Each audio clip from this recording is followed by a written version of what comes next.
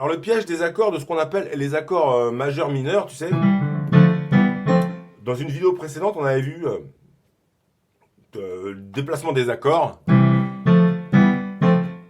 ce qu'on appelle les modes, donc do, ré, mi, fa, sol, la, si. Donc le piège, c'est que tu te dises, par exemple là je fais un do majeur, ok, donc je te le rappelle, un accord majeur, il y a deux tons entre 1 et 3, et la quinte elle est toujours juste, la quinte c'est la cinquième note, 1, 2, 3, 4, 5, d'accord.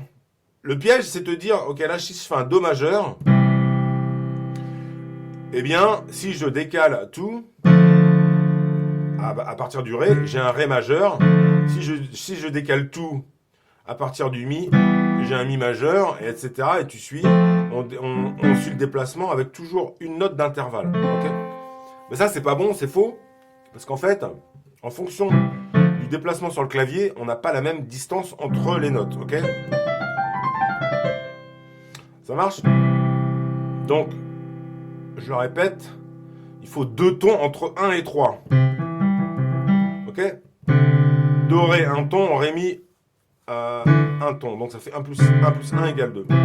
Donc maintenant, si je prends le même schéma et je me déplace, donc je fais ça, regarde. Je fais ré, mi. Donc je fais ré, fa, la, pardon, accord de ré.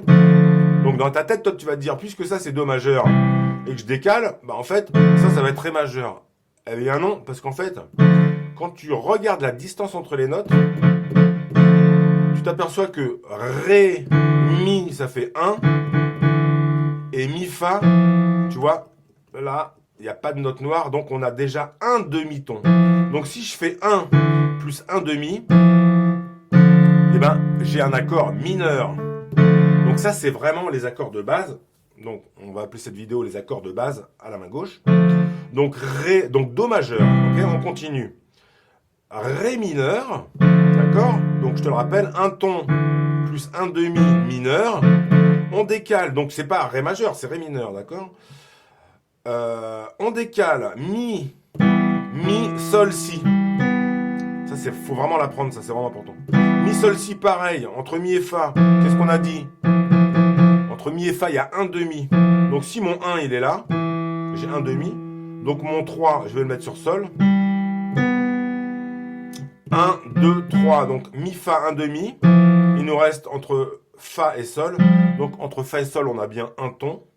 Donc ça fait un demi plus 1. Ça fait 1 et demi. Donc on a bien un accord mineur. Tu vois le piège des notes blanches? Ça fait majeur, mineur, mineur, donc mi mineur. On continue à décaler. On arrive sur fa. Donc fa, fa, sol, un ton. Sol, la, un ton. Donc là, qu'est-ce qui se passe? On a 1 plus 1. Donc ça fait bien 2. Donc rappelle-toi, dès que tu as deux tons entre la 1 et la 3, on a un accord majeur. Donc là, on a bien un accord majeur. Donc c'est fa, la. Et on met la cinquième note, do. Fa, la, do. D'accord? Donc la quinte ici, je te le répète, toujours juste 3 tons et demi. Ensuite, on continue à décaler. Donc là, on est bien, on décale. On fait le même schéma. Tu comptes la distance entre la 1 et la 3. Donc fa, la, si, n'importe quoi, sol, si, ré. Donc sol, la, un ton, la, si, un ton, ça marche bien, ça fait 1 plus 1. Donc on a deux tons. Donc si forcément tu as deux tons, sans faire la cinquième note, tu es déjà sur un intervalle majeur, donc un accord majeur. Ok? Je te le répète, hein, deux notes c'est un intervalle et trois notes c'est un accord. Il faut trois notes pour avoir un accord. Ok? Ça marche? Donc sol, la, un ton, la, si, un ton, on a un accord majeur. On décale, on arrive sur l'avant-dernier accord. Ici, on fait le même schéma, on fait le même principe, on compte entre la 1 et la 3. Donc la, si, un ton. Et là, qu'est-ce qui se passe? Tu vois bien, hop, ici, dès qu'il y a un espace, il n'y a pas de note noire.